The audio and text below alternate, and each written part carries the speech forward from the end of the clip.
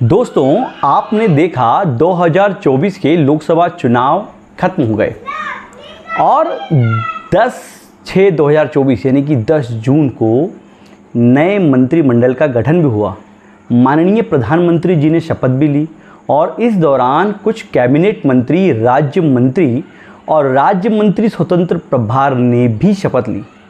अब यहाँ ये जानना महत्वपूर्ण है कि ये अलग अलग मंत्री यानी कि राज्य मंत्री, कैबिनेट मंत्री और राज्य मंत्री स्वतंत्र प्रभार, इन्होंने अलग अलग शपथ ली, तो निश्चित रूप से ये होते भी अलग होंगे। अब इनके बारे में अंतर क्या है ये हमें जानना चाहिए।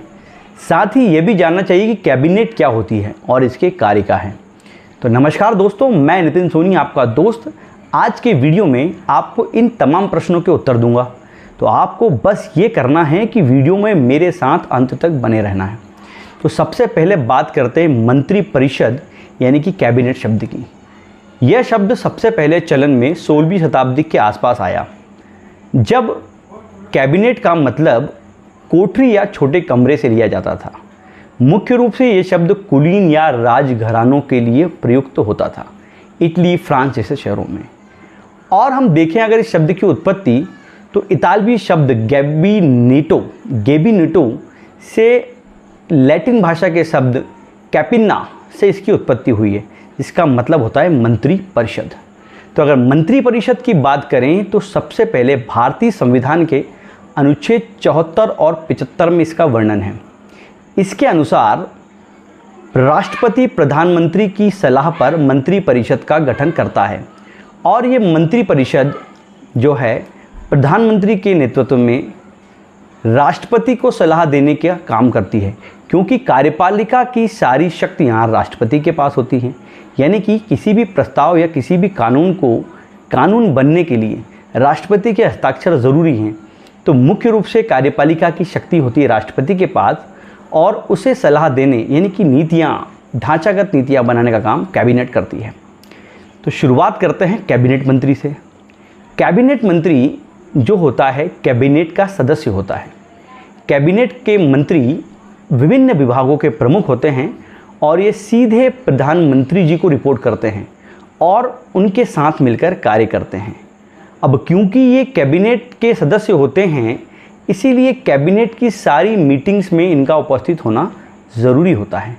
अपने विभाग के ये प्रमुख होते हैं और मंत्रियों में शक्तिशाली मंत्री माने जाते हैं। सामान्यतः अनुभवी और योग्य, यहाँ योग्यता से मतलब अनुभव से है। सीनियर जो लीडर्स हैं, जो सांसद चुने गए हैं सत्तारूढ़ दल के, उन्हें कैबिनेट मंत्री बनाया जाता है। कैबिनेट मंत्री अब नाम से स्पष्ट होता है, बहुत सारे अधिकार हैं, शक्तियाँ हैं, पावर्स हैं इनके पास, तो काम भी ज़्यादा है। इनके पास एक या एक से अधिक मंत्रालय भी हो सकते हैं। तो इनकी सहायता के लिए जो मंत्री नियुक्त किए जाते हैं, जो कि इनके अंडर काम करते हैं, इन्हें रिपोर्ट करते हैं, उन्हें राज्य मंत्री कहा जाता है। मतलब राज्य मंत्री कैबिनेट मंत्री के साथ काम करते हैं, उनकी सहायता करते हैं। कैबिनेट की मीटिंग में भाग लेंगे क्या? नहीं, क्योंकि ये डायरेक्ट कैबिनेट मंत्री को रिपोर्ट करते हैं। अब तीसरे नंबर पर सिर्फ क्रम तीसरा है। वैसे अगर देखा जाए तो कैबिनेट के बाद इनका नंबर आता है, वो है राज्य मंत्री स्वतंत्र प्रभार। राज्य मंत्री स्वतंत्र प्रभार ये भी अपने विभागों के प्रमुख होते हैं, स्वतंत्र रूप से अपने विभाग के लिए जिम्मेदार भी होते हैं। प्रधानमंत्री को डायरेक्ट यानी कि सीधा रिपोर्ट करते हैं। किंतु कैबिनेट और राज्य मंत्री स्वतंत्र प्रभार में अंतर क्या है? कैबिनेट मंत्री कैबिनेट के सदस्य होते हैं, राज्य मंत्री स्वतंत्र प्रभार कैबिनेट के सदस्य नहीं होते हैं। अब चूंकि ये कैबिनेट के सदस्य नहीं हैं, तो ये कैबिनेट की सामान्य मीटिंग्स में भाग भी नहीं लेते हैं। अगर बहुत आवश्यकता हुई तो इन्हें कैबिनेट में अलग से बुलाया जाएगा, वो एक अलग विषय है। परंतु अपने विभाग के स्वतंत्र रूप से विभाग के लिए जिम्मेदार हैं और विभाग के लिए कार्य करते हैं, डायरेक्ट प्रधानमंत्री को रिपोर्ट करते हैं। राज्य मंत्री कैबिनेट मंत्री के अंडर काम करता है और कैबिनेट मंत्री विभाग का प्रमुख होता है। तो इस प्रकार से हमने देखा कैबिनेट मंत्री विभाग का प्रमुख, उसके कार्य में सहायता के लिए राज्य मंत्री, और विभाग का अलग से प्रमुख वो होता है राज्य मंत्री स्वतंत्र प्रभार। यहाँ यह भी देखना महत्वपूर्ण है कि कैबिनेट मंत्री की अनुपस्थिति में उसके विभाग का काम उसका सहायक यानी कि राज्य मंत्री देखता है और उस समय विभाग के लिए जिम्मेदार भी होता है। किंतु कैबिनेट मंत्री के आ जाने तक, कैबिनेट मंत्री के आने के बाद कैबिनेट मंत्री उसके लिए जिम्मेदार हो जाता है। तो देखा आपने कैबिनेट मंत्री, राज्य मंत्री और राज्य मंत्री स्वतंत्र प्रभार के बीच का अंतर। उम्मीद करता हूँ ये जानकारी आपको पसंद आई होगी।